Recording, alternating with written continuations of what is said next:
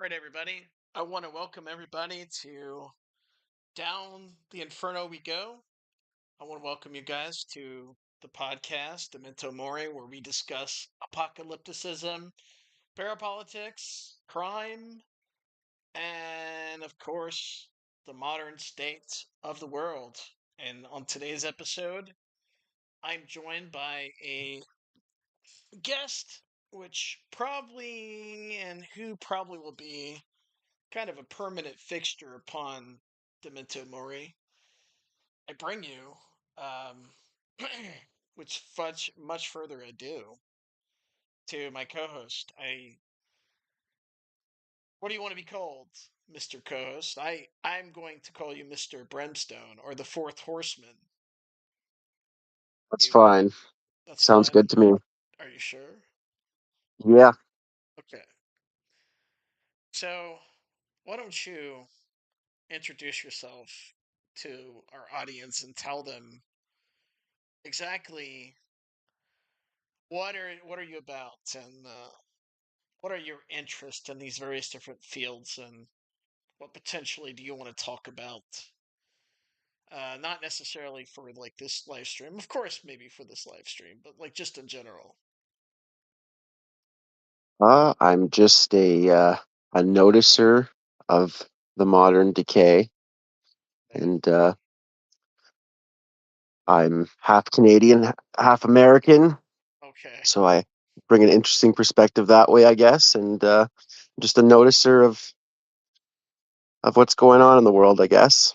It's been probably 10 years now that I've been looking into non-conventional things, conspiracies, alternative politics, esotericism, and yeah. Do you have any particular brand of esotericism that you like?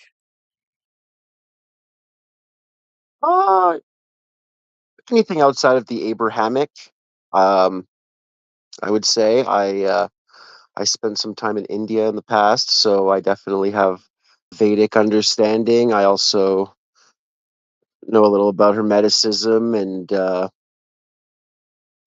um, Crowley's workings, Kenneth Grant's workings.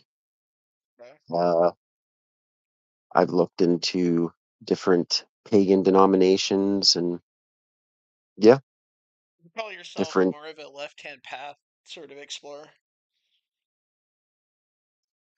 I would say so. Yeah, I would I say know so. a lot of people look at the left-hand path as like being sort of derogatory. They look at it as sort of like people that are just into the clipothic sort of tree, into like what they call the dark gods, and that eternally sort of ensnares them, to like a total void, and they never get themselves quite out of it.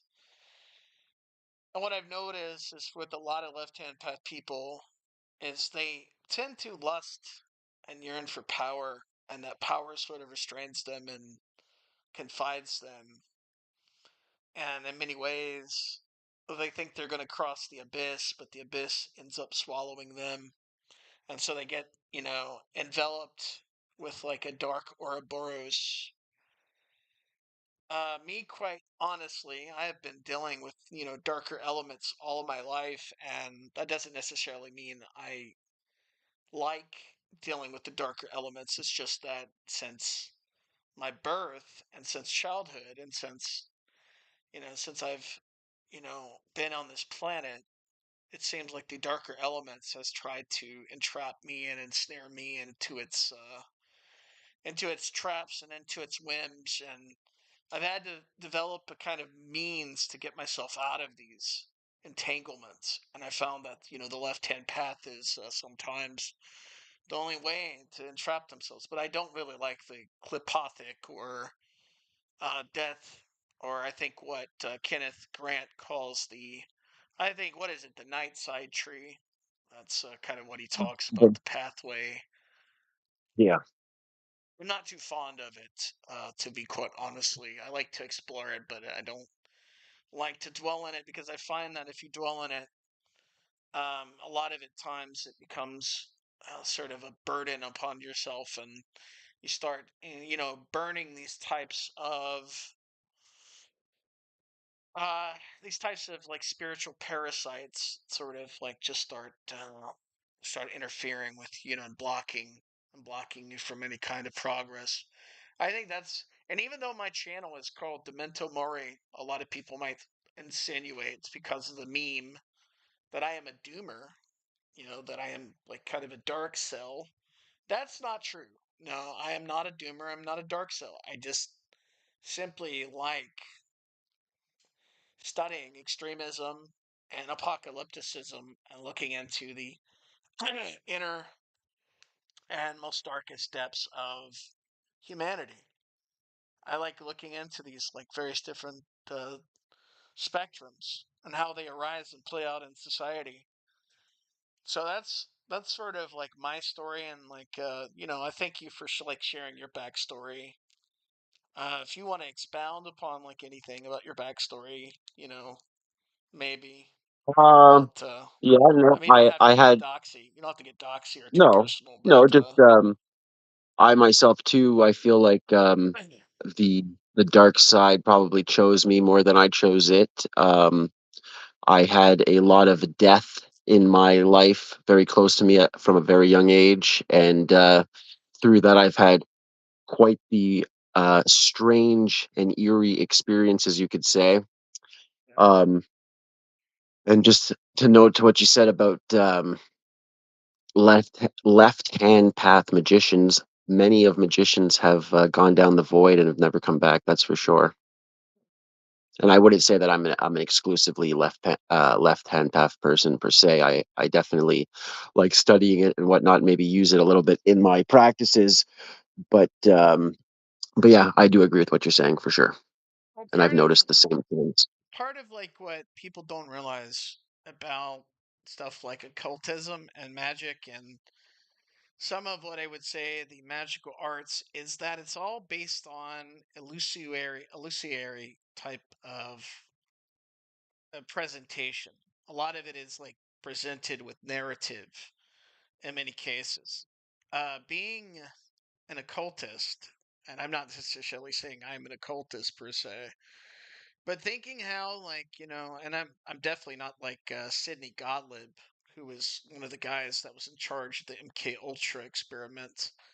I believe somewhere around in the 1950s, but he's often been called the Black Magician. But someone that is like into occultism, and I do believe a lot of our intelligence agencies and a lot of our military intelligence, they're deeply intertwined with deep occultism. And that's why I got into some of these topics and looked into some of these topics to try to explore what exactly are they doing and engaging in our world, and what kind of world are they shaping from some of these occultic arts that they're practicing. And you have to understand that part of ruling a government, part of ruling a nation, you very much need a person that control the narrative. And what is occultism? What is magic? It's forming an illusion. It's using illusion. It's being able to craft that illusion to create and also master various different levels of storytelling, and definitely the arts. The arts are very pertinent to occultism, and we see this quite clearly how they also intersect with politics. One of the instances, and many people are probably familiar with these. Maybe they are, maybe they're not. I don't know. I don't know the audience's level of adeptness when it comes to looking into these topics. But one of the things that especially many people are probably familiar with is stuff like surrealism and Dadaism, which were in the early 1900s, sort of peaked in the 1920s, and gave the world surrealistic art and Dadaism. And from these, we sort of see how the intersection of the occult and artwork happen. One of these people, I think, is named Andre Breton. Um, he's, or is it? I'm not sure if that's his name, but I think it's Andre Breton. We see that he devised and developed a type of surrealistic type of artwork that conveyed sort of the expression and encapsulated not only like occultic sort of surrealistic art, but also got into Dadaism. One of the defining moments in the development of like things like occultic art was the exquisite corpse. The exquisite corpse was a means that artists used to take ideas and to unfold these ideas, sort of like how William S. Burroughs did the cut up technique. The exquisite corpse existed much earlier, and I'll let you chime in here in a minute. They sort of like had this like interchanging ideas to where they folded these ideas as the sort of story unfolded until it made sort of a human body, and this kind of goes with the stuff like the Tree of Life and with the Klipoth and also with the various different like trees that exist and not just Kabbalistic understandings but other magical forms. And I want to say that if you are a magician or if you're an occultist, you have to like really master and devise storytelling and performance. Now, I will admit, this is like something that I was not good at it initially. I was not good at storytelling. I was not good at performance art. But I think the canvas of the internet has been my grand experiment, my grand laboratory that I have been able to harness and develop all these different personalities and capture them, in my mind at least, and being able to like form them in my head and also, meditate on them and explore and like examine them. I feel like this has given me a pretty concise like framework to understand how sort of stuff like the exquisite corpse and also how the occult sort of plays out in the path working of the various different like trees that have developed, whether you know it or not. And I think you want to say something, weirdo. I think you want to say Uh, something. I was going to say that I have the Surrealist Manifesto as a PDF. I haven't read it yet, but I was just going to say, for the occultism in the sense of storytelling and narratives, the easiest example, the two easy examples that I could think of is one like Crowley with the B666 and feeding off of the sort of negative publicity and creating this whole caricature of himself to push himself into the sort of cultural lexicon. And a modern day example would be advertisement. You know, Oh, Edward Bernays, yeah.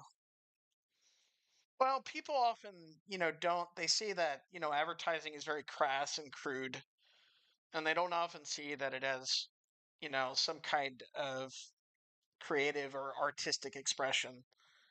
But they don't realize is that the pathos that is absorbed in a lot of the different, considerations of the ad executive and the various different corporations, they're sort of farming and harnessing a lot of these people's personalities and a lot of their consumer base.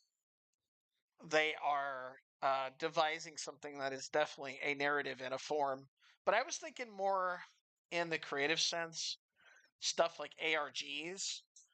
I was also thinking about the much disgraced Michael Aquino, who I am not really a fan of, but apparently, even like people like Aquino leave their mark, and even like people like Anton LaVey, who you can say what you will about him, he devised also a type of performance art and a type of narrative structure, which occultists or pseudo occultists like follow.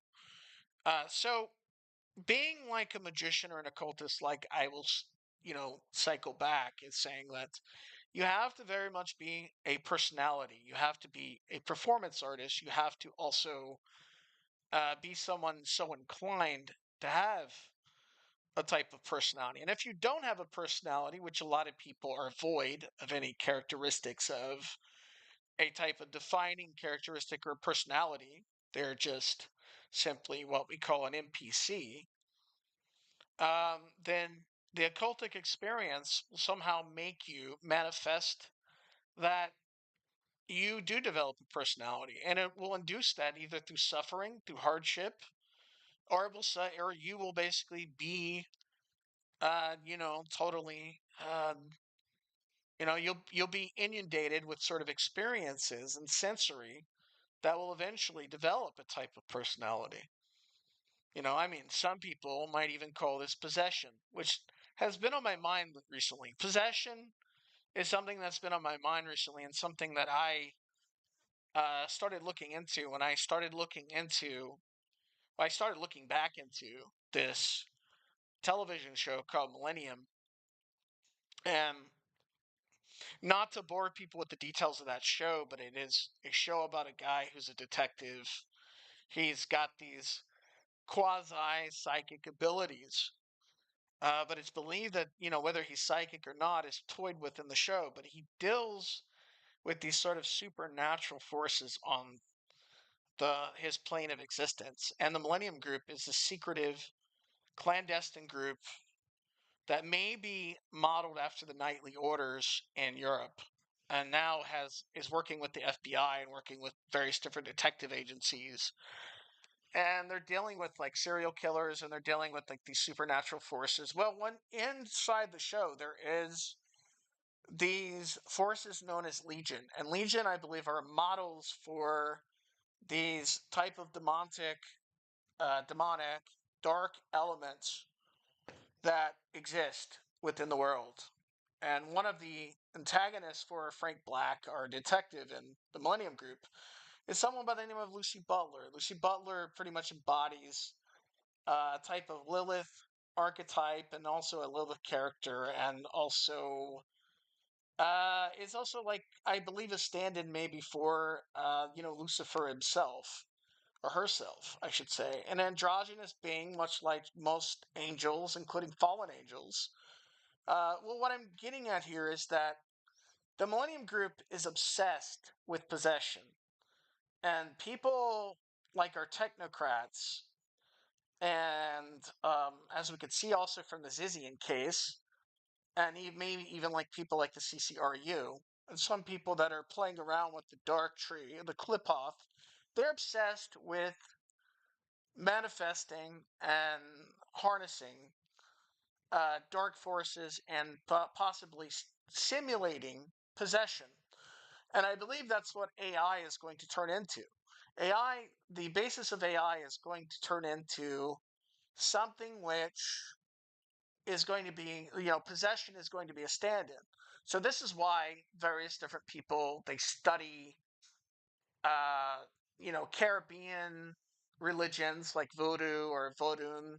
This is why they study some of the various different, like, possession.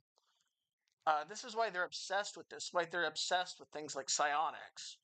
And if you don't know what psionics are, they sort of simulate using a color spectrum and using like a brain spectrum, various different types of modalities of the brain. This is why neuroscientists are very interested in many of these things and engage with them. And I have, accordingly, been very interested in a lot of these developments, how they developed. And I've also been fascinated that a lot of the school shooters, a lot of the people that have been within these various different internet subcultures have been into possession. They have looked into possession, and they have been part of these groups. Although I think in many cases, if you are not spiritually or adept in occultism and you are trying to play with the left hand path, I think in many ways it might be very, very detrimental for you, and that it will probably develop into neuroses or some kind of possession. What do you think about that? What do you think about all this? What's your opinion on this? Yeah, I would tend to agree. When you're talking about psionics, it made me think of binaural beats and how, with certain frequencies you can induce similar effects of different drugs, and that would be a very uh, low level form of possession, but one nonetheless. Also, when you were talking about Legion and the group in Millennium, it made me think of Dion Fortune in World War II when she was hired by, I think it was MI5, to fight the Nazis That's interesting. You with said her that. coven. You There's said that. actually Why don't you talk more about there's that? a book I'm not called that Night familiar with that. Battles. So there's this book called, I think it's called Night Battles, and it's basically a book of letters that Dion Fortune and her coven were writing, fighting the Nazis on the psychic plane, and basically on certain nights under certain celestial constellations, they would basically attack the Nazis on fighting against their dark magicians, and it's well documented about the National Socialist occultic orders, and they were probably doing the same thing, um, which seems to be an ancient tradition. There's a scholar from Italy who wrote a book about this village in northern Italy that up until the late 1800s, once a year, the men of that village would go into the astral plane and fight demons to ensure the crops would grow every year. So it seems to be some sort of psychic tradition that's been going on for a while. So they were practicing a type of, it looks like, folk magic or folk religion in northern Italy. Was this by chance in like Tuscany? I'm not sure. I don't remember. I would imagine it was probably in Tuscany because Tuscany has quite a rich tradition of, even into like the modern era, of very rustic type of tradition that goes back probably to the Etruscans in that regards. So that's interesting. You mentioned Dion Fortune. I am somewhat familiar with Dion Fortune stuff. Primarily, I know that she was a member of the Theosophist. She also wrote Yeah. various different books on psychic defense. And I think she was the inheritor of the Theosophical Society from Blavatsky. I'm not really certain on that. Um, One thing that's like interesting about the Nazis, okay, one thing that's interesting about them, and I don't want to like bog this down because with with the Nazis, but one thing that's interesting about them is that it's often contested whether they were had any interest in the occult, and quite personally, I think only a few of them had a very vested interest in the occult. It's often mis like conceived that the Nazis were really into the occult or into spirituality. A lot of people online, of course, will probably tell you that they were, because they incorporated the runes from the past. But the truth is that they imprisoned a lot of the spiritualist people, a Yeah. lot of the Yeah. prior Ariosophists and Hmm. people that were into spirituality. They imprisoned them because they thought it was heretical. Primarily, the reason why they didn't like these spiritual systems is because it defied, the dictatorship of Yeah. of Nazi Germany. And I don't know. Say what you will about that. I don't want to really get into like the politics of of that particular point of history, but I do think some of the occultic underpinnings they had. In my opinion, a lot of people probably will disagree with this. I think in many ways, it's a misperceived and misunderstood sort of thing on both sides. I just Both sides. I will say though that that the whole remote viewing stuff that the Americans were studying, there is like a line of lineage from what Dion Fortune was doing with her psychic battles. Because That's one of the things she would do was she would go into she would claim to go into the psychic realm and would be able to tell the Allied forces where certain bombers and attacks would happen in the weeks to come, days to come. it's interesting that like the Allies and even the Nazis and the other groups that were during World War II took any of that stuff seriously. And one thing that comes to mind is something called Operation Stargate. And this was where they tapped in, the CIA did. Allegedly, a lot of it is contested.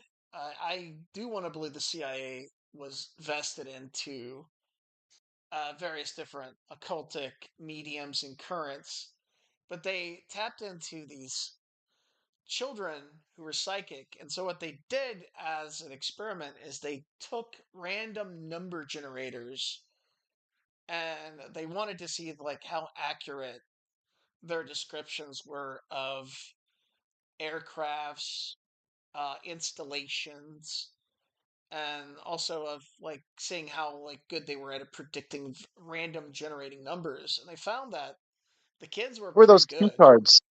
They had cue cards as well that they were using. I can't Oh, remember the name of the deck. you're familiar with Operation Stargate.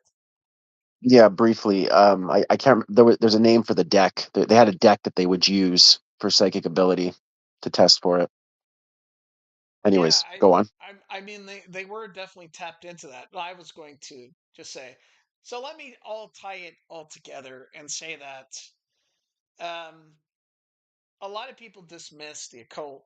A lot of people dismiss a lot of these things, the spiritual current, and I think the secularized humanist in America are now seeing the follies of stuff like the Enlightenment period, and they're also saying that there is like a problem with a lot of like just being too irrational and just relying too much on rationality. It doesn't really tell you everything about the world. You can explore certain aspects and topics of the world and understand them to their fullness, but it doesn't expand beyond certain sort of realms, and it doesn't explain certain sort of ecstatic states that people that are into spirituality, everybody from a yogi to a Sufi to a type of Buddhist monk, the way they can change their temperature sometimes, in their body, and also like go into these ecstatic states where in these frenzies. And some of them are so good at it. They're so good at meditating and controlling these sort of states. The they don't need psilocybin or any kind of athenogenic type of drug to get them into these like induced. They don't have to induce these states. It just sort of flows natural. And I too am guilty because I have spent most of my life denying all of the existence of the occult and denying existence of these principles and these practices. I've denied them. I've been a complete stone cold skeptic. I've been into scientism. I have really discounted religion and spirituality. And insofar as that, I believe that it was just something that was used as a means to cope, just something as a means to make people weak. or like as a means to like for people to dissociate themselves from reality.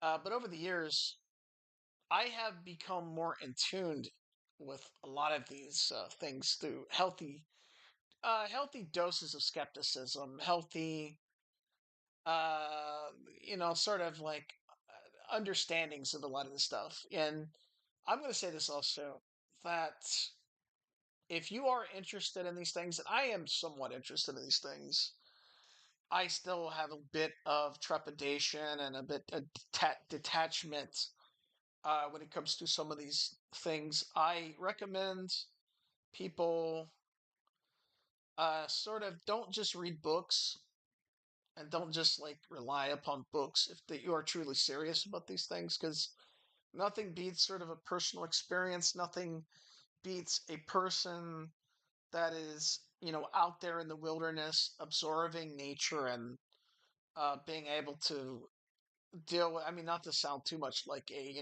fucking 60s or 70s hippie, but someone, or a tree hugger, but someone that is like out there and they're in tune with themselves and their shadow self and nature, I should say, will definitely do a lot better than someone that is secularized and just relies upon cold logic. Or as good as these things are, I'm not discounting these things. I think logic and understandings of formalized logic is not a bad thing in many regards. When you combine both the elements of the occult and also elements of formalized logic, you sort of get an indestructible weapon which you need to weld lightly.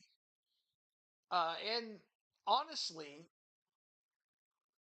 the internet is like a grand, I like to think of it as a grand experiment. I like to think it as something that people are utilizing it and it's tapping into a egregore, where a lot of people's notions and ideas are just culminating until it forms until like something into the real space, the third space, the meat space. And this is not just, Nick Land's concept of hyperstition, but this is also the egregore that's just rolling and culminating and forming something that eventually will probably be formalized into the real world. And people don't realize, and we were discussing this offline, but people don't realize that the internet, and I know people termly online that get made fun of, and it's sort of a derogatory word that people use. And I definitely think, like I said, I think healthy internet usage and healthy, socialization outside the realms of the internet are all good things. But you can't discount the cultural current of the internet and how important and relevant the internet is to one's Well, development and one's to development look at into how culture. all the billionaires are investing in streamers, and you know, so there's obviously merit to that. Well, it's not just that either. It's also, I mean, yeah, that's a big part of it, but it's also considering that a lot of the people that are really into Silicon Valley, they have this like weird notion where they want to devise a community online, and then they want to transfer that community to the real world. That means they want to gather people up online, and they want to eventually start forming cities and Biosphere too. towns.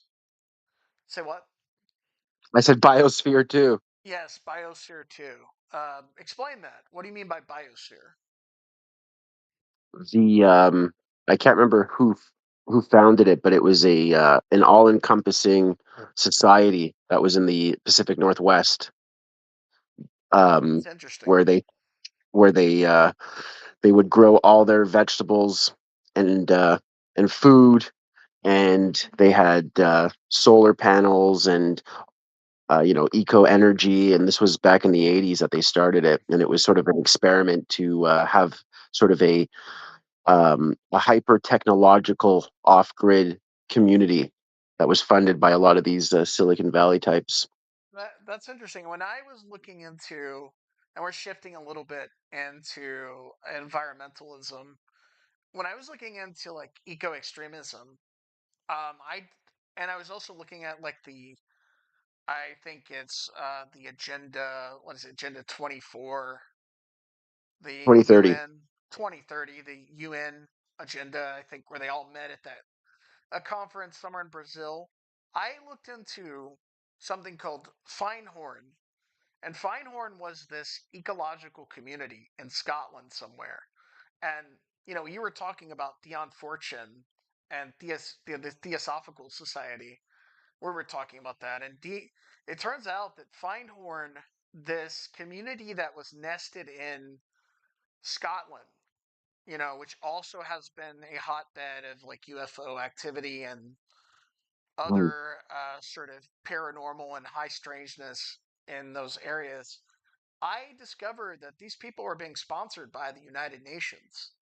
They were developing these ideal cities, these ideal ecological villages, and they were using these like places as research and study. So if like you ever get bored and you want to look into something that is like kind of congruent with what you're talking about with the with like the biosphere or biosphere too, look into the Feinhorn communities that are in Scotland, and I think you'll sort of discover that there is some congruency there and some continuity, perhaps between the two. And what's interesting is Feinhorn is also sponsored by the United Nations, and we all know the great United Nations. They're a great people and a great society that definitely have our best interest in mind. And this also ties in, I think, to I don't really want to explore this because this is another like discussion we can have later on down the line. Population reduction. I don't want to get into that, but that sort of like goes into the whole idea of the Club of Rome. Are you familiar with like people called the Club of Rome? Yeah. Yeah, the Club of Rome is this interesting group of people. I think they meet up somewhere in Europe. I'll probably like detail the Club of Rome in greater depth in later periods. This stream is just meant to be sort of a launching point for some of my ideas and some of the things we're going to discuss maybe down the line.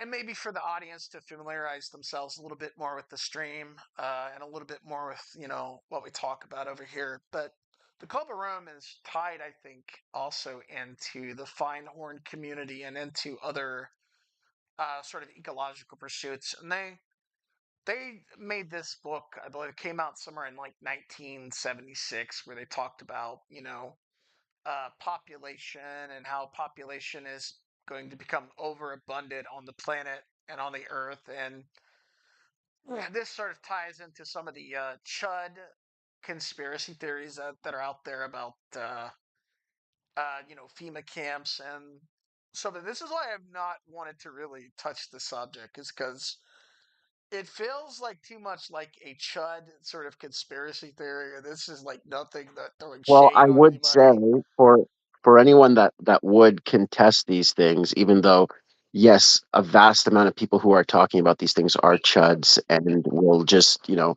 go on a hair trigger, I do recommend people to read The Limits of Growth, Yeah, which that's was the one one of I'm their. talking about. Yeah, Yeah, the Club of exactly. Rome. Okay. Yeah. Yeah. Yeah, that's the one that I was discussing and I discussed.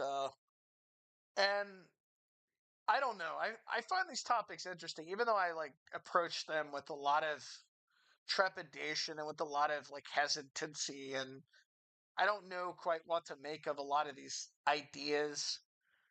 Um, that's the thing about it. That goes back also to what we talk about with story development and story time and folklore in America.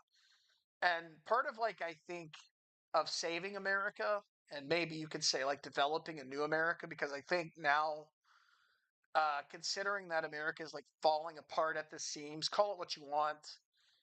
I think a lot of the people would call it like ZOG or whatever, but some people would say that it's like, some kind of controlled state, some deep state, whatever you want to call it. And this is why sort of like I've shifted a lot of my political paradigm has shifted a little bit. Is because examining all this and realizing what's going on. We're living in times where it doesn't seem like it's historical, where it doesn't Hmm. seem like these times are anything remarkable. And you know how the expression goes, nothing ever really happens. But the truth is, things do happen, and they happen gradually and consistently. But what we're talking about now is it is like what we're doing, right now online, forming these various different collectives, is that we're smashing sort of the establishment. The paradigms are shifting. They're shifting on the far left and they're shifting on the far right. The seismic shift is happening. The old guards are dying. And that's both a negative and positive thing. It's a positive thing because, like, whoever was in control, and they're still in control, but they're losing the narrative. They're losing their grip.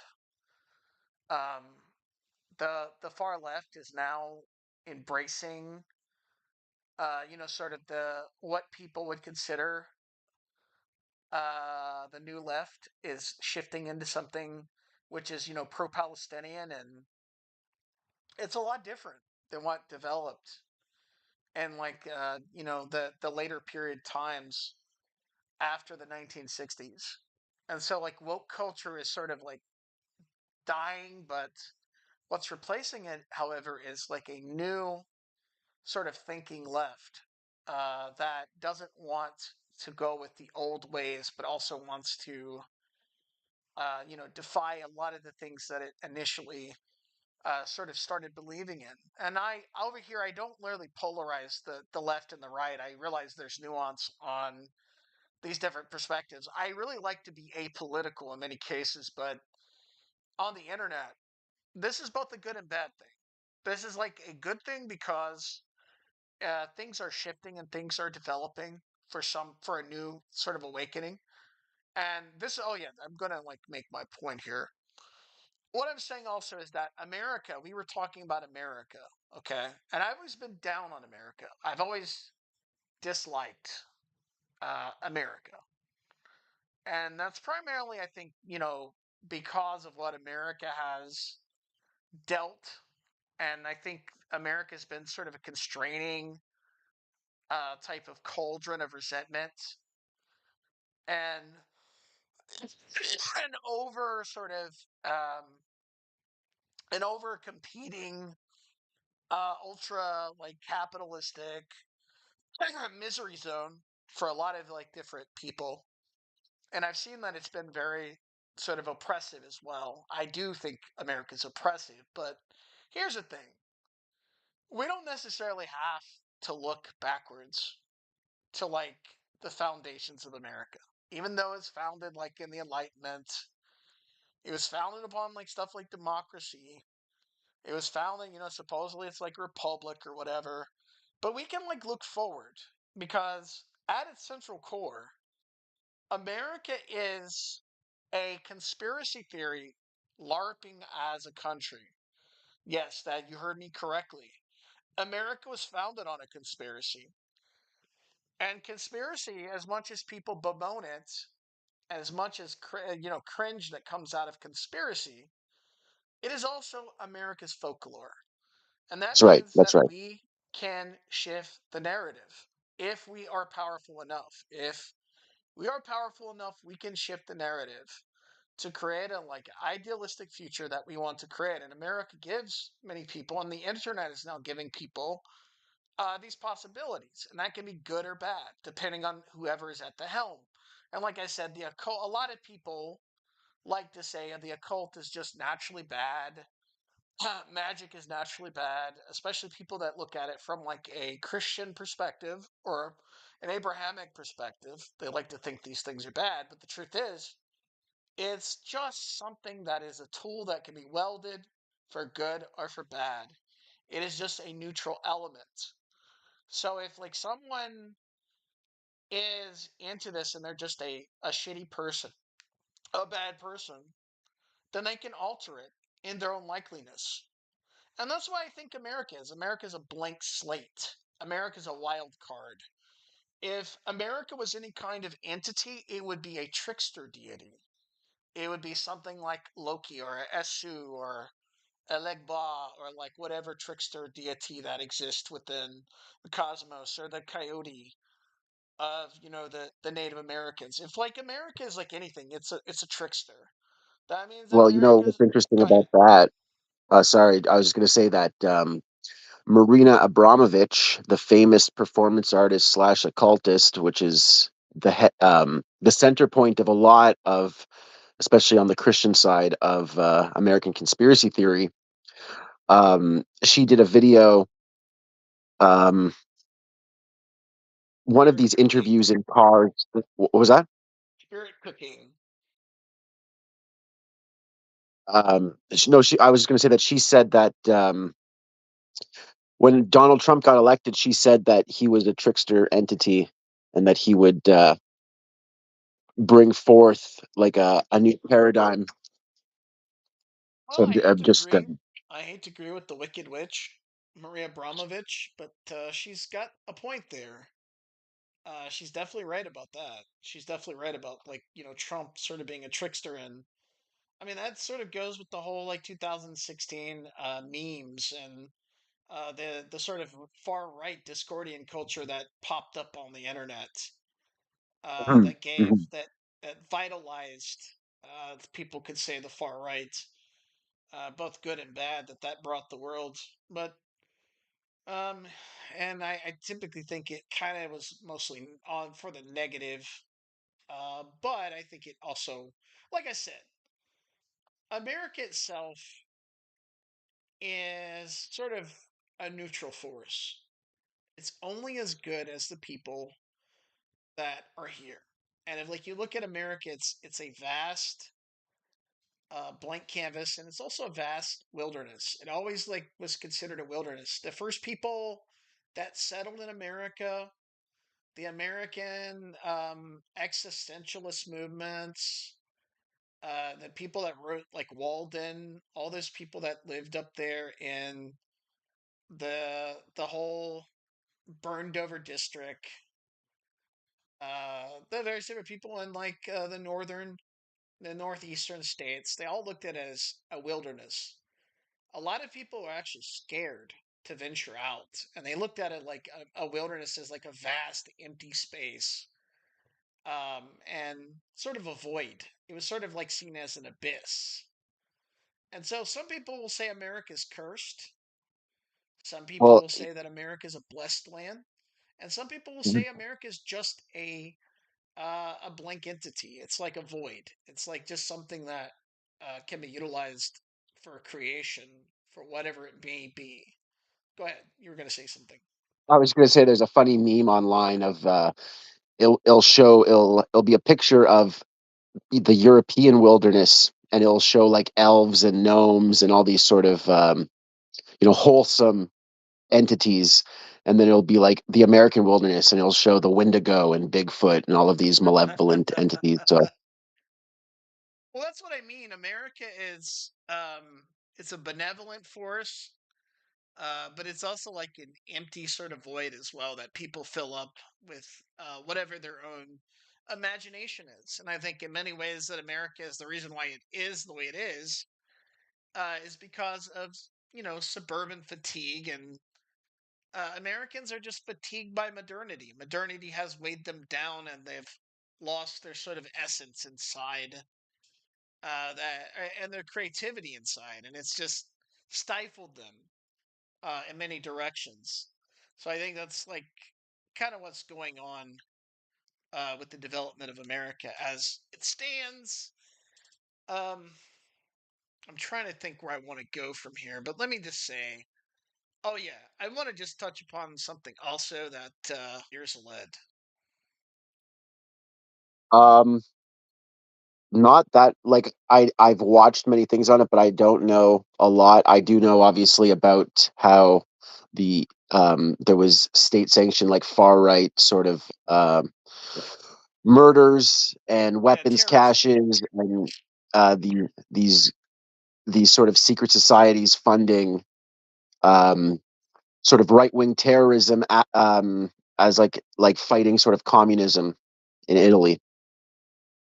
That's correct. And part of it, it was believed that it was sponsored by the state and also sponsored by the United States. Hmm. One of these, there was also like, explosions, coups, various different bombings. There was turmoil between the far right and the far left on the streets of Italy, especially in Turin, Rome, and Milan. Those were the main hot spots in Italy itself.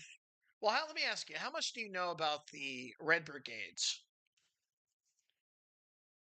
Not much. Tell me in the audience. Okay, the Red Brigades was this far left group that emerged out of the Hot Autumn. The Hot Autumn occurred around in 1968, around the same time that sort of the new left was emerging, not only in France, but it was also emerging in the United States. Of course, people know that Mhm. as like the Summer of Love and all these other elements. Well, while this was all occurring in France, especially with May Day, what was happening in like Italy is on the university campuses is that it was emerging these protest movements for the workers. And there was that one guy named Renato Curcio, Curcio, Curcio, Renato Curcio, and his wife, his soon-to-be wife, Margarita Cagol. They formed the student union. They started out initially as Maoist. They started the student union, and it started to catch on at the University of Trento. Both of them, very interesting enough, had a very heavy Catholic background and traditional background. Margarita Cagol, especially, Renato Curcio, especially as well. And so they assembled all these other various fellow travelers. Um, let me actually find the guy that joined them. His name was, I can't think of his name presently. But yes, the Red Brigades, they were modeled very much in the far left, and especially with the Tupamaros group, which was a group in, I think it was somewhere in Bolivia or South America, where it was commonplace around that time to kidnap managers, middle managers, and people that were involved in heavy industry, especially people that were involved in what they deemed as the bourgeoisie, and it was very commonplace to kidnap them and to put them on trial for all the crimes that they had committed against the proletariat. Uh, Part of this was based upon the translation of a book that was called The Mini Manual of the Urban Guerrilla, which was by a Brazilian Marxist by the name of Car. Let me find his name. I don't want to butcher his name. I know I'm gonna butcher his name. Okay, it's Carlos Marigelia. Margelia. Um, Marigela. Marigela. That was a Brazilian Marxist who devised these various different means to kidnap industrialists and politicians, and also how to foment a type of urban guerrilla faction. And and so the Red Brigades really latched onto this. They weren't the only people to latch onto this as well, and they inspired another particular very eccentric communist ally who actually published Che Guevara's memoirs. I think his name was Feltinelli. I believe that's his Feltrinelli. I believe was his name. Yes, his name was Giacomo Feltinelli. By the way, if there's anybody out there that like speaks Italian, like forgive me for like my really butchering of the Italian language. I do apologize. Clearly it's not my first language, but yes, Giacomo Feltrinelli, was a very eccentric character who managed to, believe it or not, blow himself up. Now, what does he have to do with the Red Brigade? Well, Feltinelli was sort of the Soros of his day. He funded various different far left groups, including the nuclei pro pro the nuclei I'm not going to pronounce that. The nuclear armato pro pro. Okay, the nuclei armato pro protarian. I'm not going to pronounce it. But he funded a group called the NAP, which doesn't have anything to do with the libertarian NAP. But he also was very instrumental in devising some of Italy's first major cinema. He financed a movie called The Leopard, which is about, I believe, medieval and the development. It came out in the 1960s. It was about not medieval, but the Risorgimento, which is the foundations of the Republic of Italy. He also was an eccentric, a playboy, a multimillionaire, and also a guy that was very much into funding different revolutions. So, allegedly, they funded the Red Brigades, which was Renato Curcio and also Margherita Cagul. They met at Trento, and then they relocated, I believe, to Turin or Milan. And Turin, yeah.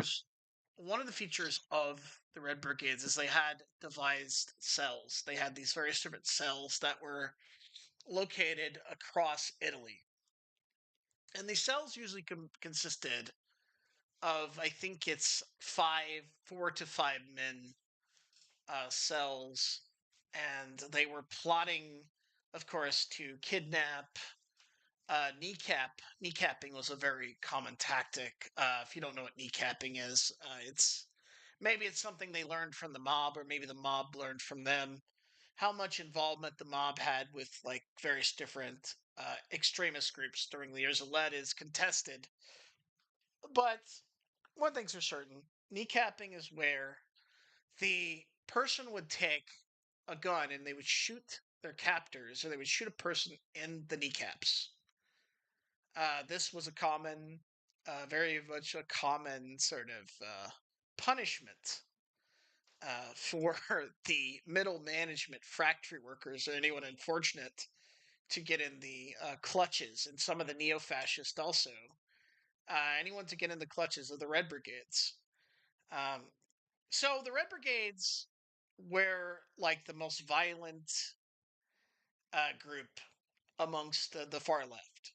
There were other groups that were very violent, but the Red Brigades far exceeded any of the violence that was on the far left. And primarily, this is saying something because most of the violence during the years of lead probably was sanctioned by the state, and also Italian intelligence, military intelligence especially. And you're probably wondering why that is. Well, after 1945, quite unlike Nazi Germany, the Italians did not get rid of all of its fascists. the fascists just simply melted into the general apparatus of Italian intelligence, Italian government, and they also were very sympathetic to this one particular conformist fascist group called the MSI. That's the Movimento Sociale. Um, I think that's all I'm going to pronounce of that, but it was the MSI. The MSI is like the primary fascist group that was had a parliamentary representation, which is ironic because under the Italian Constitution and under Italian law, it's actually illegal to form any kind of fascist party post 1945. But most of the people, as we can see, I'm not going to go into like the fascists before I go into the Red Brigades. The only reason why I said that is because it's relevant to discussion of the Red Brigades to kind of understand the framework of Italy. So going back to the Red Brigades were structured into five-man cells. The cell structure that was devised by most terrorists, most extremists. Little do people don't know, but the guy who devised the first terrorist cell, there were actually two people that devised it. And correct me if I'm wrong, audience, if you hear this and want to comment. Initially, it was Bakunin, but somewhere around the same time period, there was a particular communist revolutionary whose name was, I believe his name was Pierre Auguste Blanque. Blanque now has become a sort of derogatory term for someone who is an extremist Marxist but doesn't have much in the development of praxis. That is, someone like the Bader Meinhof, people would argue, are more Blanquist than they are any kind of Marxist Leninist revolutionaries. Some people would argue that about the Red Brigade as well, but the Red Brigade clearly do still have some Marxist praxis. And the person who developed this cell structure was a guy named Pierre Auguste Blanque, and also the revolutionary anarchist Bakunin. That's probably a lot of people don't know is that the secret cell, which Blanque was trying to devise during the Middle Ages, or not the Middle Ages, sorry, my bad, in the 1700s and like the later to mid 1800s, what they were trying to do is they were trying to devise secret cells which existed around this time period, so they could be clandestine and they could form different attacks upon what was then the established government. Because Blanque didn't believe in what Marx believed in, or even what later Lenin believed in, which is vanguardism.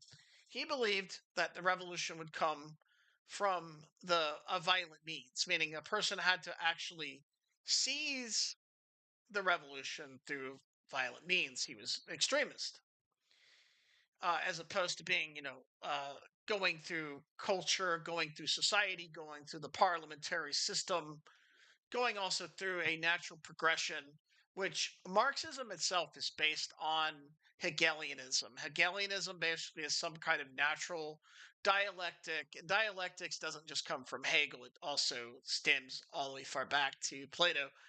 But dialectics just means two opposites are coming against one another and they're forming this one synthesis and creation. That's what, and that's primarily what a lot of Marxian thought is based upon. It is more complex than that, but that is just the culmination of that, and that is the understanding of what Marx was trying to say. And that's kind of a side note. But let me get back to the Red Brigade. So Margherita Cagul and Renato Curci They form these various different cells all across Italy, primarily in northern Italy. We don't see a lot of political activity in southern Italy, although some people argue actually that the strategy of tension came from this particular incident that occurred somewhere in southern Italy, in Sicily.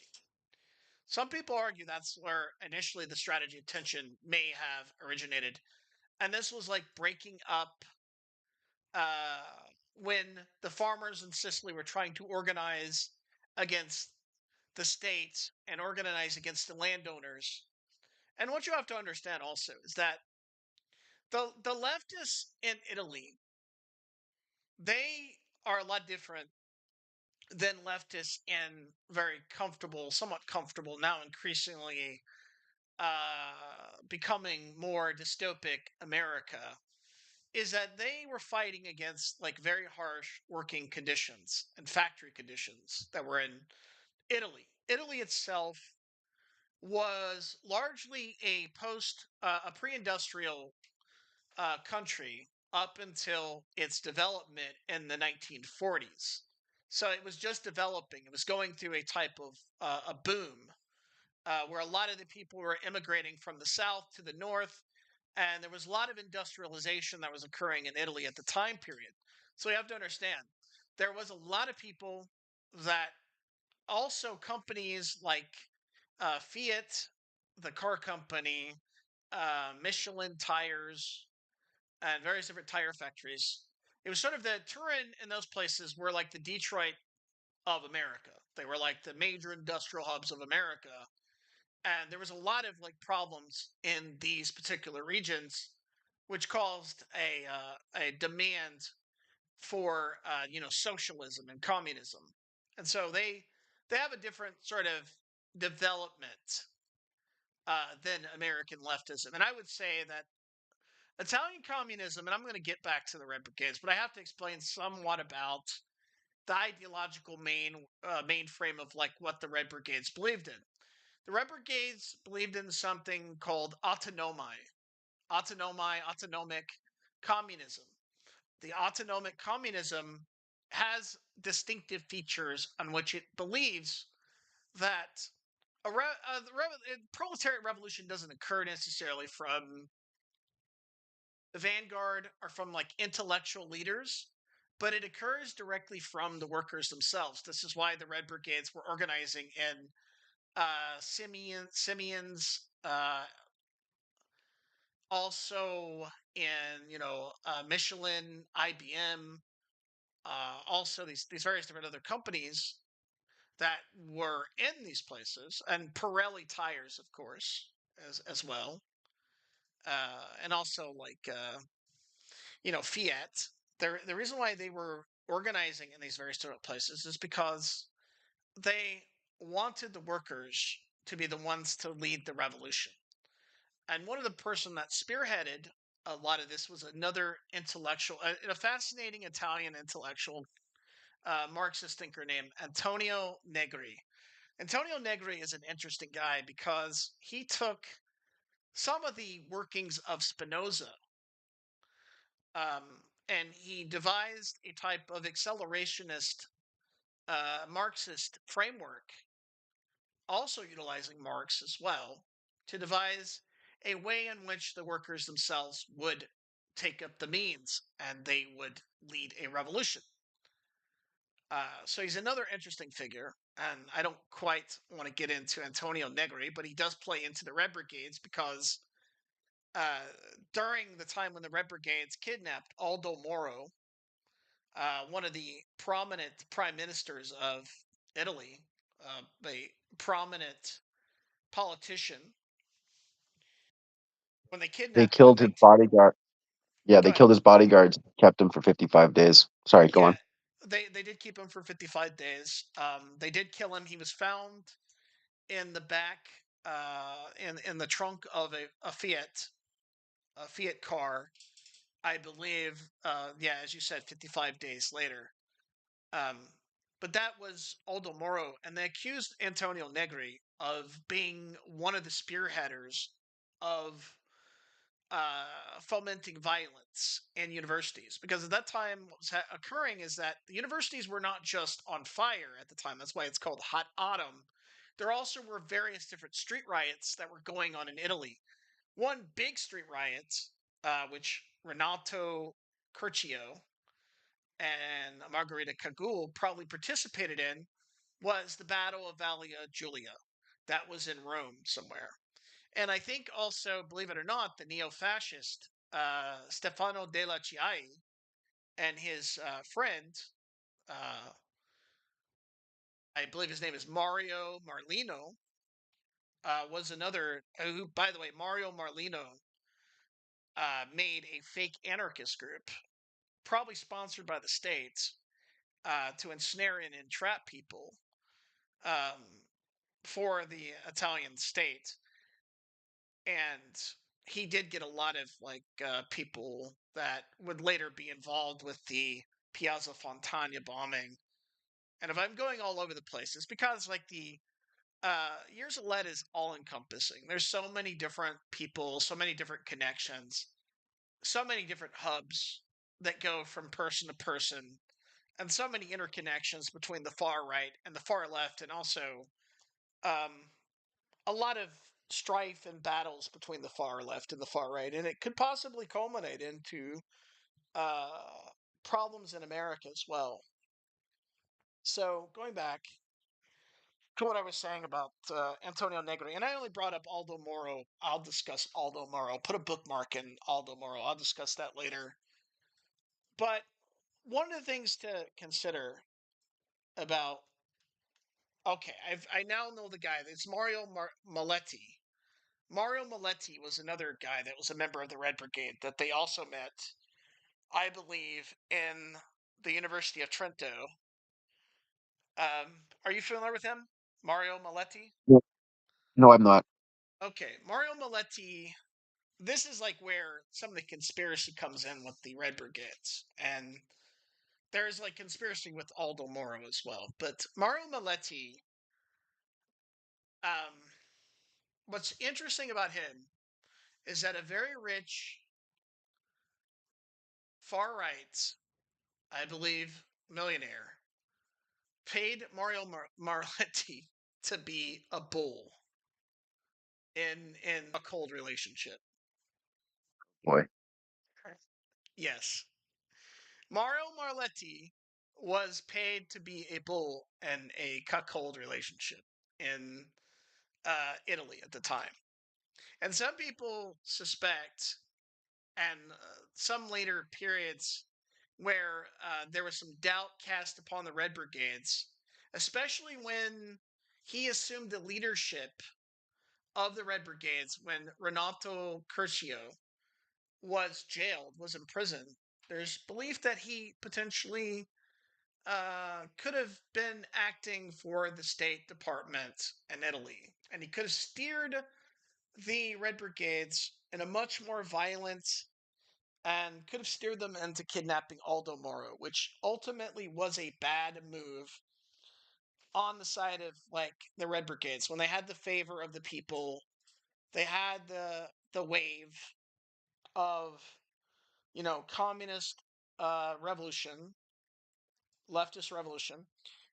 They believe that they made a wrong turn, and they believe Mario Maletti is the person who possibly led the Red Brigades down a kind of path in kidnapping Aldo Moro, which many people believe is a miscalculation. Now, I challenge the audience, and I'm probably going to keep this up if it doesn't get taken down because of some of the things I said. I don't think it will, but um, I want like the audience to like draw some parallels to the modern day extremist movements, be it on the far left, on the far right, with some of the people in the Red Brigade.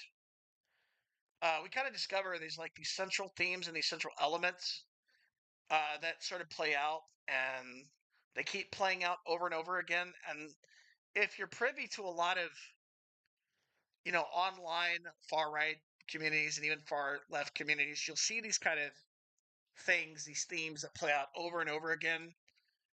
And you'll see figures like Mario Marletti, maybe not to the capacity to where he's like being sponsored by, some millionaire, Italian. By the way, he's not. It's not related to the far left millionaire Feltinelli. He was not. He was not into that. Uh, but what's also interesting is that Mario Maletti, from his activities at the University of Trento, it's kind of a wonder how he ended up into far left circles, because he, to all to all the people that knew Mario Maletti and his formative years in university, they didn't see him as a far leftist. They saw him as a traditionalist, as more of a person on the far right, because he did fraternized. He did like he was members of far. He was in like far right fraternal spaces in Italy at the time. You want to say something? No, I was showing interest. I said, interesting. Okay. So He also had a relationship with a, I don't know his name. His name escapes me at this moment. But he had a relationship with this one particular actor, not actual actor, but state actor, Italian intelligence agent, who was also at the university as well.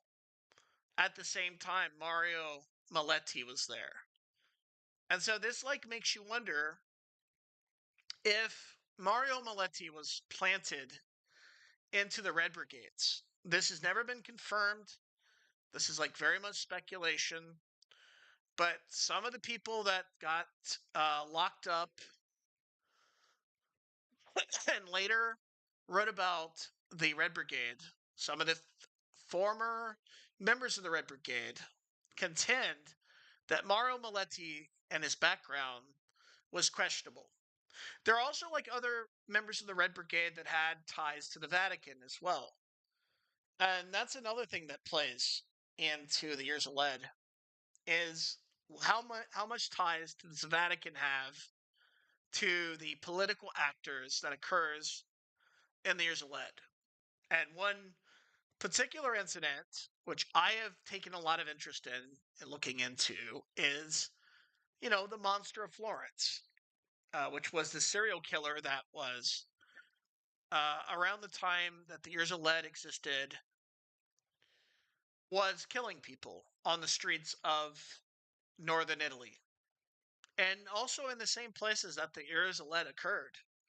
So you have all these different like elements that is going on. You have interference possibly from the United States. You got Gladio. You got also the Masonic P2 Lodge, which was headed by Licio Gelli.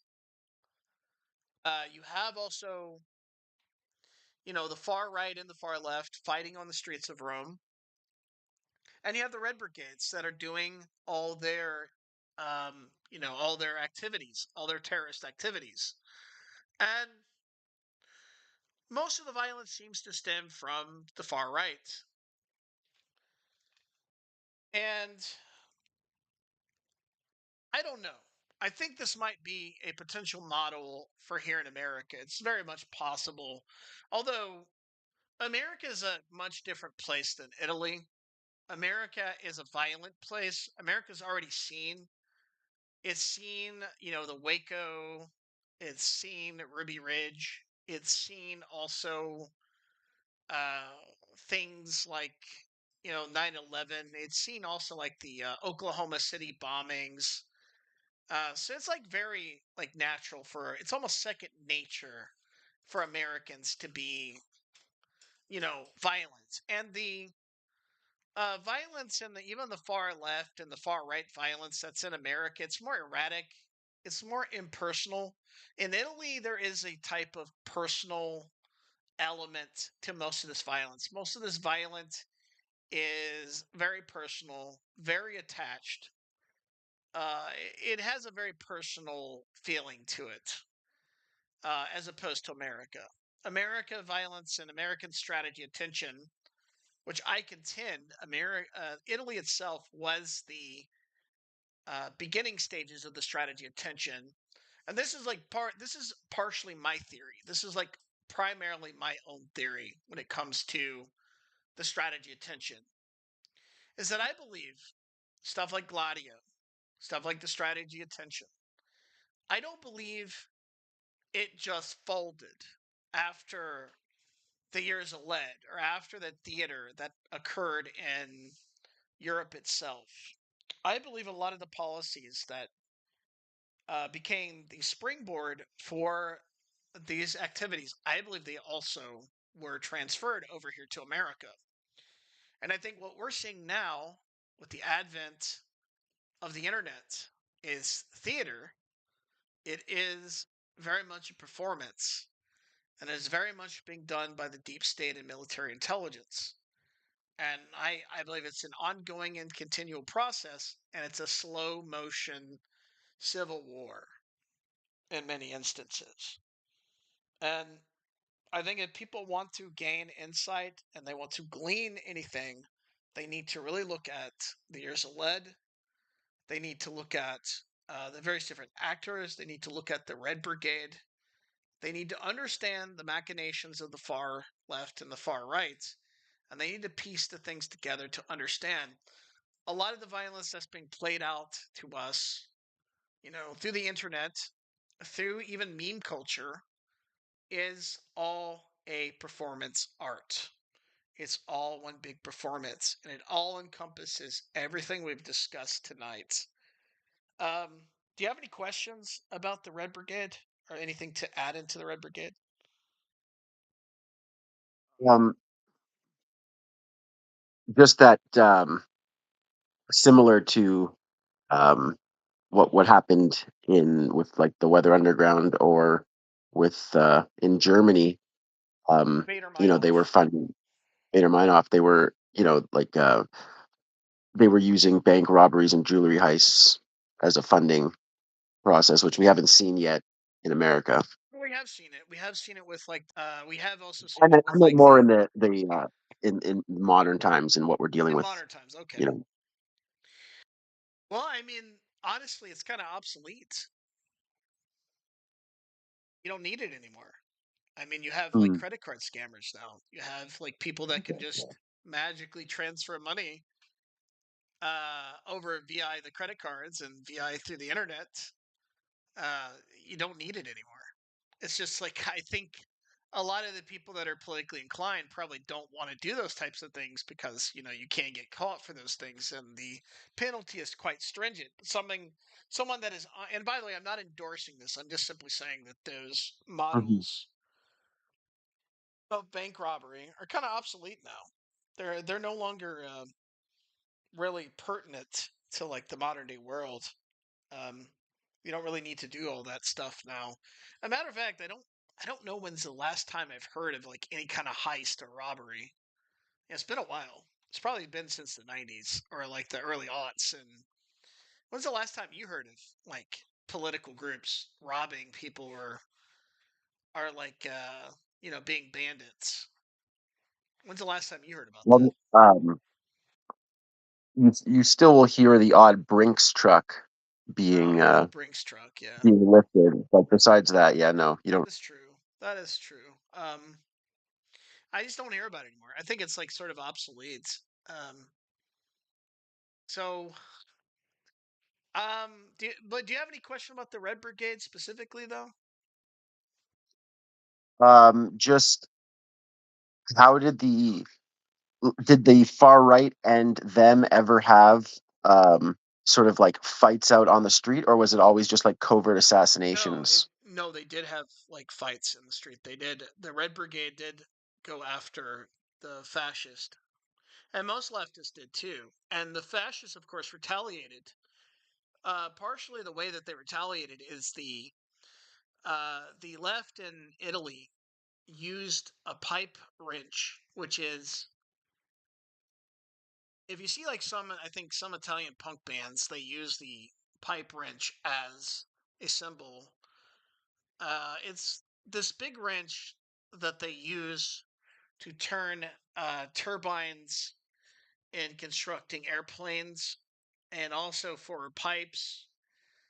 And it's a very large wrench. So like if this wrench really gets into your head, into your like head, if it really cracks your head, it will do some damage. And one of the fascists that they killed, and I don't think it was the Red Brigades who killed him, was a guy named Sergio Ramilli. He was someone that I think the far left found, and he's considered a martyr to a lot of the people like Casa Pound and some of the fascists that still remain in Italy. They got him and they beat him to death with the wrench, and he ended up dying in critical condition. I believe this was like somewhere around 1974. His name was Sergio Ramelli, and that's like so. Yes, they did have. They didn't just kidnap or kneecap middle management. They did go after other type of political party by the name of Janu Europa. Janu Europa.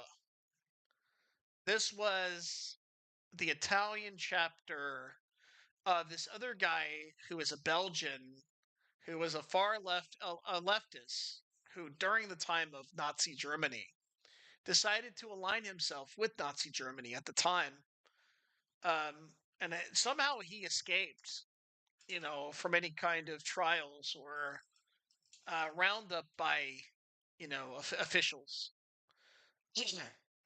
So he's also now he was one of the original Eurasianists as well. This guy named Jean Thoreau.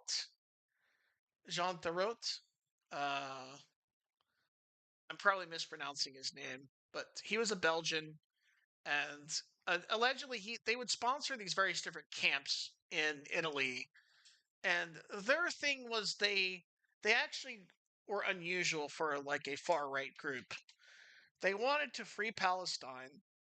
They wanted to actually work with the PLO and work with the Palestinians to liberate Palestine from Israel.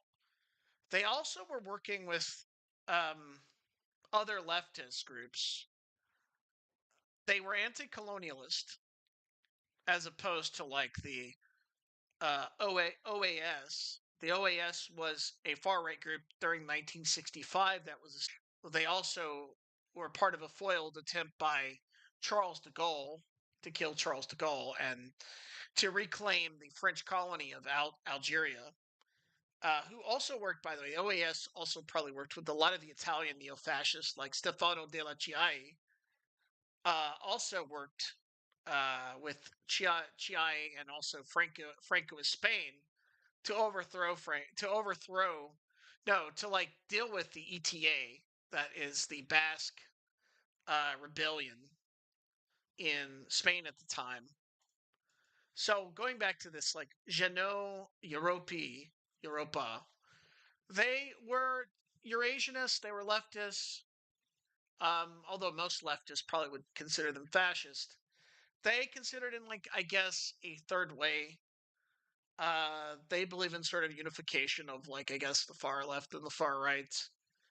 And they had these various different camps that were sponsored, and it's believed that Renato Curcio, in his youth, may have been a member of some of these camps that were sponsored by Jean Thoreau. And what's interesting about Jean Thoreau as well is that he also was linked with the fascist named Franco Freda. Franco Freda and Jean Thoreau were linked together and Mm. continued. This relationship continued on. And some of the neo fascists also were linked with Muammar Gaddafi, but I'll get into that at a later period. But yes, And go what ahead. ended up happening with Moretti? Who? Maletti? Moretti. Maletti. You Yeah. mean Mario Maletti? Yes. Mario Maletti, um, I believe, died very recently. I want to make sure that I'm not sure actually what happened to Mario Maletti. I know that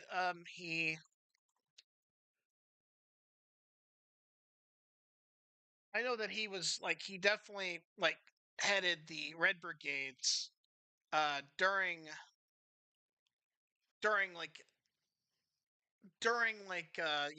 Renato Criscio's incarceration in 1974.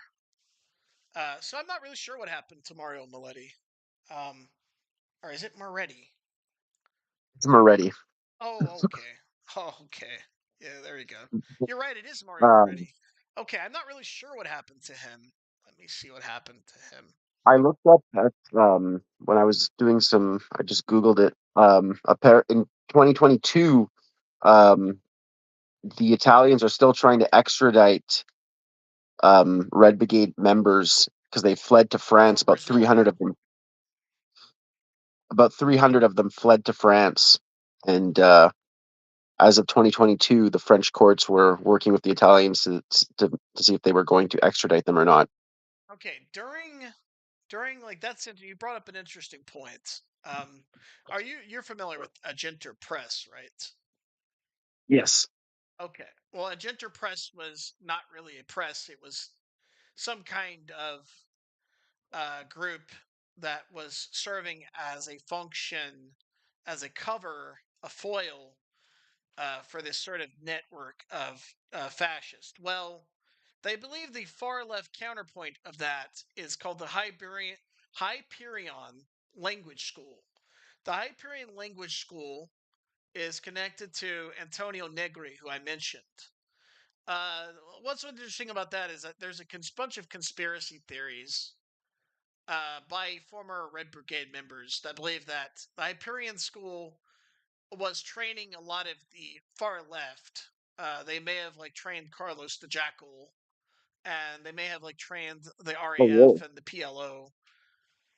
It's believed that they had this like internationalist sort of network that were tied into the far left. It's never been substantiated, but it is quite a lot of conspiracy theories. And what's interesting also about this is that how the far left versus the far right dealt with the conspiracies in Italy.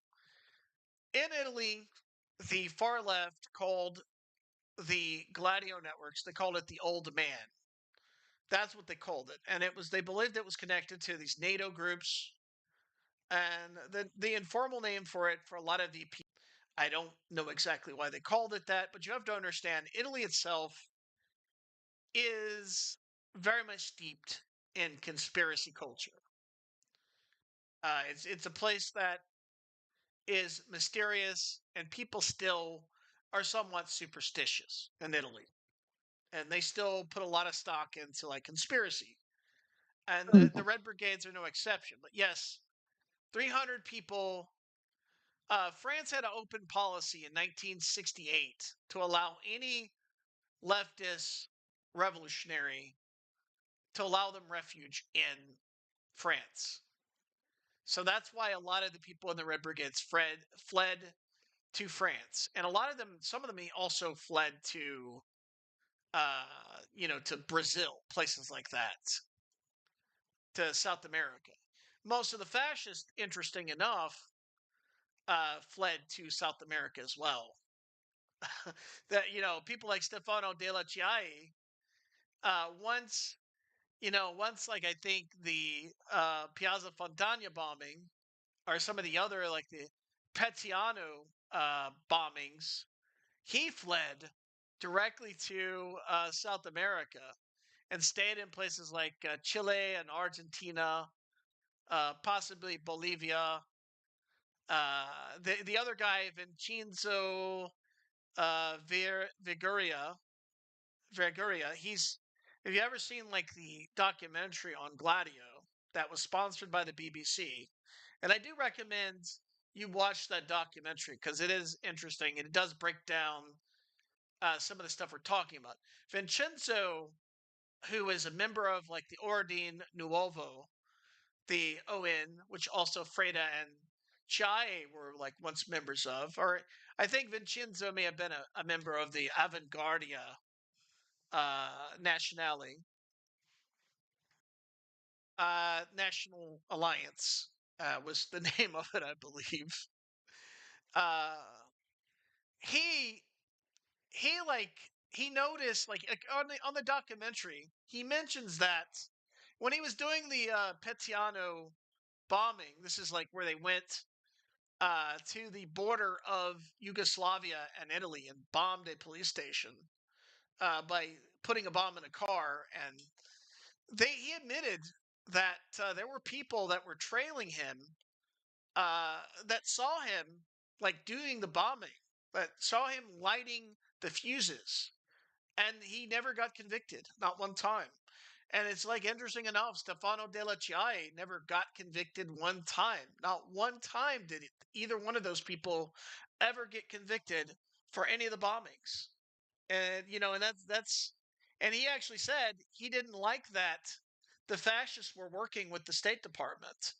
And a lot of like what we know about Gladio, and I think Vincenzo Vincigaria is a reliable witness. I believe he's a reliable person, and I think he's probably a lot more reliable than a lot of the Pentiti, the Pinti, which is I think what they called the snitches that turn state's evidence on a lot of their their comrades for lighter sentences and for absolvement of a lot of their misdeeds during the years of lead.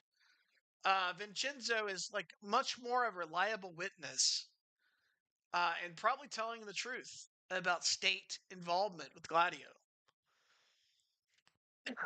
Excuse me. And I think if you ever watch that documentary, I do recommend it. It's free. It's on YouTube.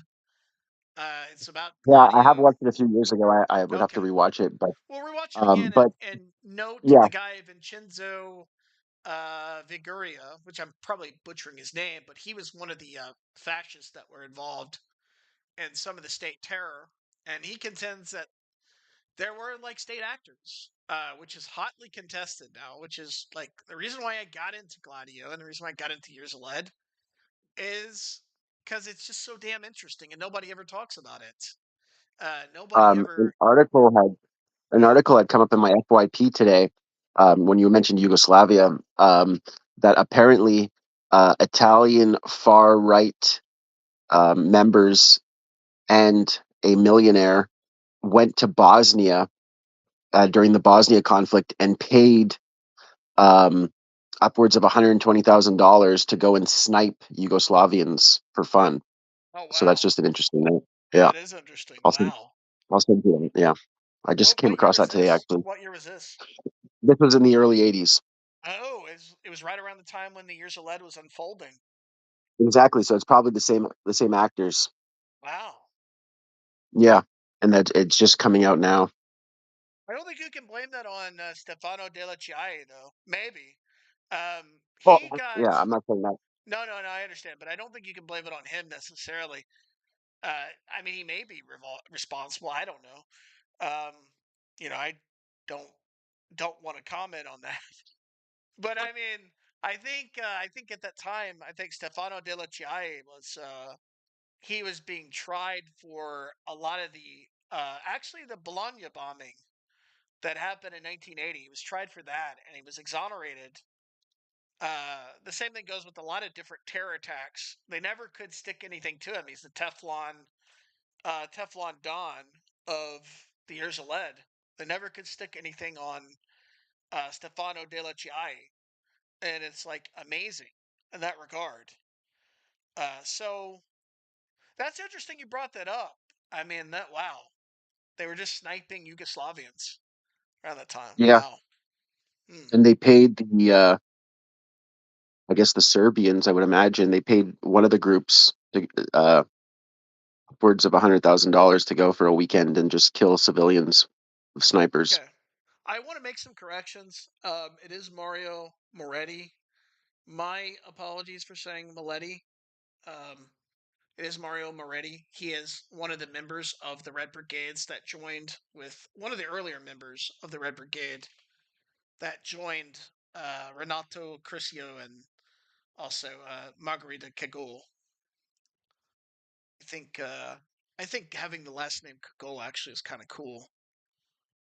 That's actually a cool ass name. That last name is kind of cool. Uh, let's see. I'm looking up the members of the Red Brigade.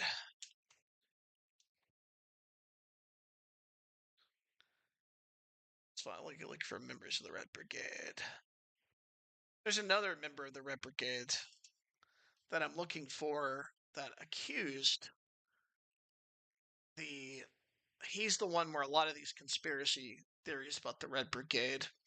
Okay, one thing that's also interesting I will note is about Aldo Moro is that when Aldo Moro was, I believe, first elected somewhere around the 1960s, there was a coup plot. One of the many coup plots that happened in Italy, and this is like even before the years of lead started, or shortly before, like 3 years before, or maybe 4 years before. There was a particular coup called the piano solo coup, and the people that were involved in this was Valiero Borghese and also Stefano della Chiai. These were two people that were involved with the piano solo. And also some of the people, the generals, the fascist generals that were in the Salo Republic. This were like the Salo Republic was the last remaining public before Italy turned into a, you could say, democracy. Um, it was under like a lot of the generals, and Valero Borghese is an interesting guy. He is one of the people that headed the Decissimo Mas, the Decissimo Mas, and this was a aquatic marine unit, naval unit that was meant to act as a defense for the Axis powers in the Mediterranean.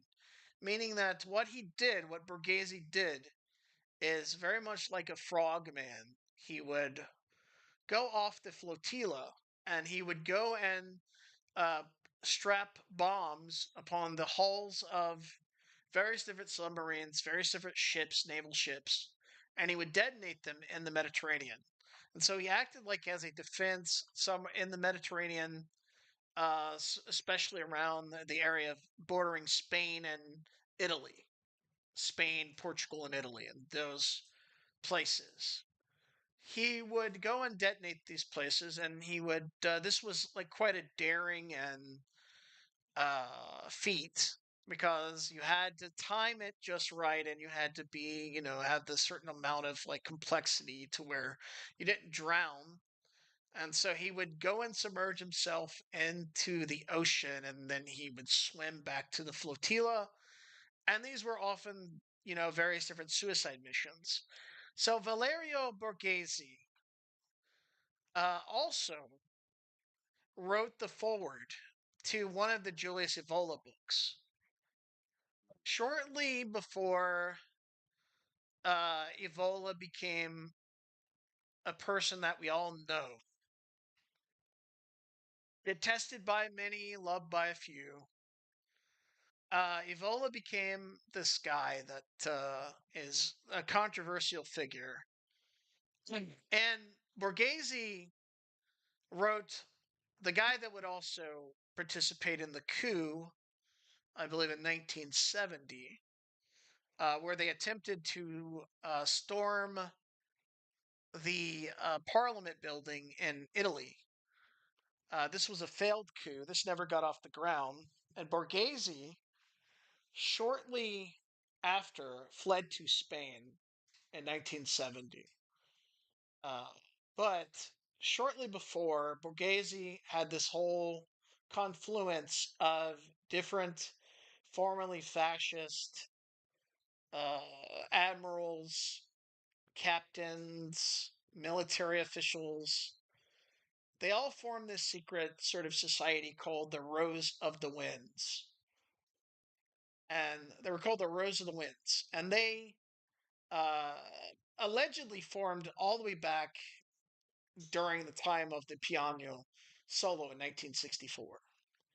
So I wanted to mention that. That's something like interesting about the years of lead that is often discussed, but a lot of people don't know is that before January 6th happened in America, there also was a attempt to storm the parliamentary building of Italy back in 1970.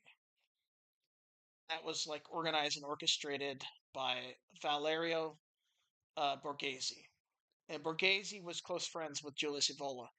And let me briefly just mention Julius Evola. I'll probably expand into Julius Evola later on in an independent episode. But he's just like Antonio Negri was the foundations of a lot of the thinkers on the far left. Evola was the thinker to a lot of the neo-fascist, and especially people like Freda, Chiaie, Borghese, and the people that founded the Ordine Nuovo, and of course the splinter group Avanguardia Nationale. Um, he also Evola was also respected by the MSI. The MSI, the Conventional Parliamentary Representatives of the Fascist Party in Italy. And I don't need to really expound upon into Evola or like his ideas. I think a lot of people have some familiarity with Evola and what he believed. Evola didn't really see himself as a fascist, although he is definitely categorized into the fascist spectrum. He saw himself more as like a continuation of the aristocracy and traditionalism, which in Italy itself has quite a rich tradition with. There was these people called the elitist school with people like Prato and other people around the Risorgimento and the 1900s. A lot of Evola's thought comes from there. And of course, Evola also has like an esoteric type of Eastern element. I guess I am going into Evola's, such as the Kali Yuga, cyclical time, things that are very common on the internet that you see that was popularized probably by people like Steve Bannon and introduced back into America through Arctos Publishing. Um, so I think Ride the Tiger, I believe, is the intro that Borghese wrote. You can like confirm this for me, possibly, Mr. Brenstone. Was it Ride the Tiger or was it Revolt Sure of. Against the Modern World that Borghese wrote an intro for? Must have been Ride the Tiger because I've read Revolt Against the Modern World. I don't It remember wasn't. It that. wasn't Revolt Against the Modern World. I think it was Ride the Tiger. Okay, I know it was one of those books, but Borghese also tried to form his own neo-fascist party, and he did successfully. But honestly, they never had the success that the ON or the AV Avanguardia Nationale or the Ordon Nuovo or even the MSI had. Um, so that's going. I think I'm going to conclude my Years of Lead series because I've been going on for like an hour and 50 minutes. This has just been a research stream that me and we've done. Me and my my co-host Mr. Brimstone have done. Look forward in the future to more live streams, and I want to say in concluding remarks, basically I have been all over the place in this live stream. I went from talking about the occult, talking about secret societies and how intelligence and the occult are intermeshed together, and all the interlocking intricacies of also performance art and surrealism. I also looked into the years of lead and how the implications of the years of lead, primarily focusing on the far left and the Red Brigades, and also some great commentary from my co host, Mr. Brimstone. And I want to thank you, Mr. Brimstone, for joining me. And he's going to be my co host probably for a lot as we journey down the Inferno. And in addition to that, do you have anything you want to say, Mr. Brimstone, as we ride out into the oblivion, Yeah, into the Inferno? I will say that everything that you said about the years of lead, it's very, very similar. Obviously, it's a much more grand operation, but it's very similar to what happened in Quebec in the 1960s with the FLQ, Really? which um, which was the Quebec Liberation Front, a separatist group, a left-wing separatist group, and they as well kidnapped a liberal politician and executed him. And they were bombing all over Montreal for like 10 years. And there was actually a um, lockdowns and sort of a coup d'état that happened in Montreal during this period because of the bombings. They were setting up bombings all over. So it's just very reminiscent of that. But we can go on on a later date into that whole thing. I want to also say that I'm going to be continuing, and by the way, thank you for that, Mr. Brimstone. I'm going to be continuing my Sinister Suburbs, also with my co host, talking about Dave McGowan's Program to Kill, which has become an underground classic in the parapolitical and the conspiratorial sphere. And we're going to be discussing that with all its implications and all of its discussions about all its machinations with the State Department, the FBI, and also how it pertains to some other projects and overarches. And we're going to try to expand, and we're going to compare and contrast, of course, Dave McGowan's work with some of the conventional FBI profilers and some of the conventional means of true crime. And we'll be talking also about how true crime culture is emerging and playing a vital part in conspiracy culture and how it's like seeped into nearly every aspect of our existence, especially with the Netflix documentary, well, the Netflix, I should say, uh, series on Dahmer and Ed Gein and all the different serial killers and how they've emerged into pop culture and how this like can be a negative effect upon society. So, do you want to say anything else before I roll out into the Inferno? No, I'm good. I'm good. No concluding remarks. Oh, I had just said that. Also, for the uh, for the Sinister Suburbs, I am doing a rewatch of Euphoria, which is in a sinister suburb, and I have a lot to say about that in a further episode. Okay. All right. I'm just gonna go check the chat real quick to see if like anybody has any questions, if there's like anybody watching. I'm probably going to keep this up for people to watch at a later time period. Um, let me see. Let me actually mute myself so I don't have any spillover. If there's like anybody else.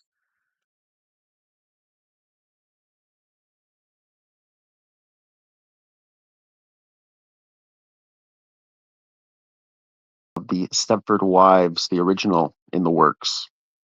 That guy is still there. I think I know who that is. I think I know who that dude is. Let me see if there's like anybody.